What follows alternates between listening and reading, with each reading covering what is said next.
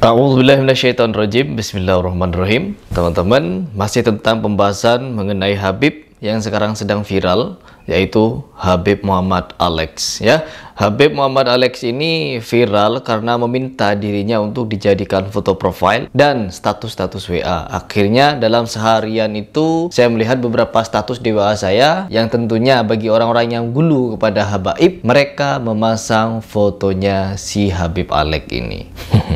Disinilah orang-orang itu menjual-jual keramat dengan embel-embel doanya mustajab dan lain sebagainya. Kalau kita mau minta doa, jangan datang ke orang yang dianggap keramat. Apalagi kalau kita sampai mempercayai pasang foto Habib Alex, cepat atau lambat bisa mendapatkan keberkahan dan bisa mendapatkan mobil baru.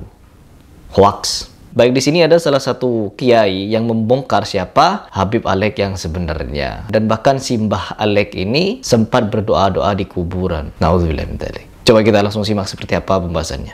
Jadi minta barokah. Muhammad Alex. Tuh. Minta barokah. Kabul hajat orang rombongan orang Banjar. Amin. Dikasih uang. Amin ya Allah. Amin amin amin. Sudah syuting ya, Bik? Pada kesempatan yang penuh dengan sakinah ini, saya akan menyampaikan berita yang baru viral, yaitu himbauan untuk memasang foto di platform media sosial, yaitu fotonya Habib Muhammad Alex Al-Hamid dari Desa Brani, Kecamatan Maron, Kabupaten Probolinggo, Jawa Timur. Sebenarnya foto beliau itu nggak terlalu tampan, ya nggak terlalu menarik. Tapi kenapa kok tiba-tiba disuruh pasang viral ya foto tersebut? Bahkan saya juga punya grup kontak yang memasang foto-foto itu di foto profilnya ataupun status terbarunya. Sama. Dengan alasan supaya mendapatkan keberkahan dan keterkabulan hajatnya dengan sarana atau wasilah memajang foto Habib Muhammad Alex tersebut. Nah, ini bagaimana kita menyikapinya? Nah, bagaimana? Tidak heran, tidak aneh, alias tidak mustahil. Ya, jika lumrah. ada Habib-Habib yang melakukan perilaku aneh dan nyeleneh. Betul. Perilaku yang tidak ada dasarnya, yang berdasarkan pada kemauannya, semaunya, hawa nafsunya. Pokoknya benar menurut mereka. Memang tidak salah, karena memang kebanyakan dari para Habib Alawi, Robito Alawiyah dan anggotanya itu kebanyakan, ya nggak semuanya, kebanyakan itu memang menggunakan kitab Al-Ghurur, kitabnya ini. Al-Ghurur. Iya, kitab yang buat dasar. Ini kitab tasawuf dan penuh dengan hal-hal yang klinik. Seperti dukun-dukun gitu, ya. Jadi kitab ini berisi tentang hal-hal yang klinik, hal-hal yang mistis, hal-hal yang keramat dan lain sebagainya. Karena memang orang-orang tasawuf pola pikirnya pasti arahnya ke hal yang seperti ini. Dikatakan kalau ada orang mau minta hajat, datang ke Syekh Sultanah. Syekh Sultanah. Jadi kalau mau minta hajat, orang-orang di situ datang ke si perempuan sultana ini, datang ke sana, bukan datang kepada Allah, bukan berdoa kepada Allah, tapi datang ke perempuan tadi, ke dukun tadi itu. Orang soleha yang minta bertemu dengan Nabi, lalu menjadi pemberi kabar-kabar goib. Coba lanjut. Mau bangun rumah, hari apa yang bagus? Sebentar, aku tanya ke Nabi. Masuk ke kamar, Nabi langsung ada. Ya Allah. Mau nikahkan anak? Sebentar, masuk ke Nabi. Astagfirullah. Sampai idza baqa ilmul akhbar ja'ahun nabi wastibdar. Ini keistimewaannya Syekh Sultanah. Nauzubillahi min dzalik. Manusia apa ini? Ya Allah, manusia apa ini? Kita beri tanggapan langsung. Kapanpun dia masuk ke dalam kamar, Nabi ada di situ. Setiap saat dia masuk ke dalam kamar, mau minta apapun, kabar apapun, Nabi hadir. Ya Allah, bukankah ini menjadi fitnah kepada roh Nabi Muhammad? Ya Allah, roh Nabi Muhammad dipanggil kemana-mana untuk menjadi dukun. Ditanyakan, mau bangun rumah hari apa yang enak? Terus si perempuan ini masuk dalam kamar, tanya kepada Rasul. Ada orang nanya ini, uangnya hilang misalkan. Ada di mana uangnya? Masuk ke kamar, tanya kepada Nabi. Ada kejadian apa? Masuk kamar, tanya pada Nabi. Setiap fenomena di muka bumi ditanyakan kepada perempuan itu. Perempuan langsung nanya kepada Nabi di dalam kamarnya. Roh Nabi datang ke dalam kamar.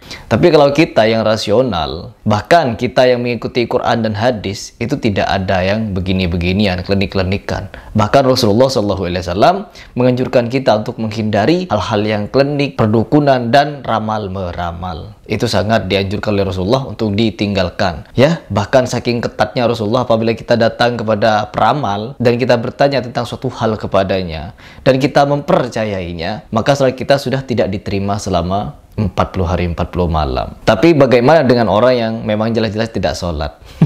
Ya Allah.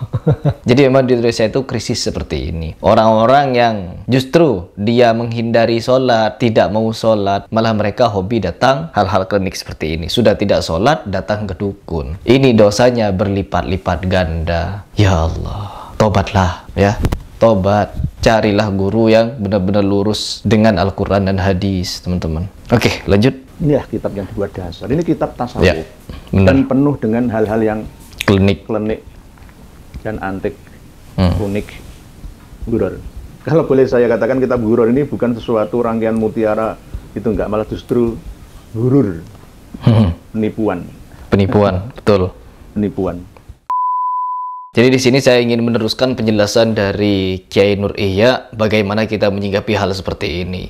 Saya sangat sepakat bahwa kitab yang tadi dipaparkan itu adalah kitab-kitab yang berisi tentang klinik-klinik. Ya, klinik-klinik versi tasawuf. Makanya di Indonesia itu banyak orang-orang praktisi tasawuf yang omongannya tidak masuk di akal. Bahkan terlebih-lebih golongan Habib-Habib ini lebih memuliakan klannya seperti Bani Ba'alawi itu. Sampai-sampai dinyatakan sehari Mi'raj 70 kali. Lebih dari Nabi, teman-teman. Dan ini orang-orang Habib ini bahkan lebih dari itu. Kuburan Nabi bergoyang, terbelah, bangkit kubur lalu cium lutut. Ada yang ngomong seperti itu. Ada yang keluar dari kubur tangannya. Na'udzubillah min dzalik. Betapa luar biasanya merendahkan marwah Nabi Muhammad SAW. Bahkan hal seperti ini nih, meminta pajang-pajang foto. Rasulullah pun tidak mau wajahnya dilukis. Ada orang sekarang dengan sengaja dielu-elukan, diminta-minta untuk diposting fotonya di status WA, di status media sosial lainnya, bahkan dibuat foto profile. Ini apa? Untuk mengkeramatkan orang. Kita sudah modern. Al-Quran dan Al-Hadis sudah ada di genggaman kita. Kita harus belajar. Dan ingat, ikuti ulama yang sesuai dengan Al-Quran hadis ini. Kita harus rajin mengkaji, teman-teman. Apabila ada omongan para ulama, ada omongan para habaib yang tidak sesuai dengan ucapan Rasulullah, dengan perkara yang dianjurkan Rasulullah, jangan diikuti. Kalau perlu kita bantah. Agar apa? Agar kita sebagai umat muslim bisa mengetahui mana yang hak, mana yang batil, dan mana yang samar-samar, mutasyabihat. Oke, teman-teman. Jadi di sini jelas Kiai Nur Ihya memberikan pernyataan bahwa agar orangnya semakin dikeramatkan, orang-orang di situ yang lagi menghadapi problematika datang ke sana, salaman ke dia, ngasih amplop untuk minta didoakan. Ini sudah menjadi habit di Indonesia, terkhusus bagi oknum-oknum ulama ini, oknum-oknum habib, oknum-oknum orang yang dikeramatkan. Kita harus berantas hal-hal seperti ini. Baik, teman-teman, mungkin itu saja yang ingin saya sampaikan di video ini. Selebihnya apabila ada yang salah, keliru, menyinggung, itu murni dari kesalahan dan kehilafan saya. Tetapi apabila ada yang benar, itu dari Allah Subhanahu wa Ta'ala. Salam.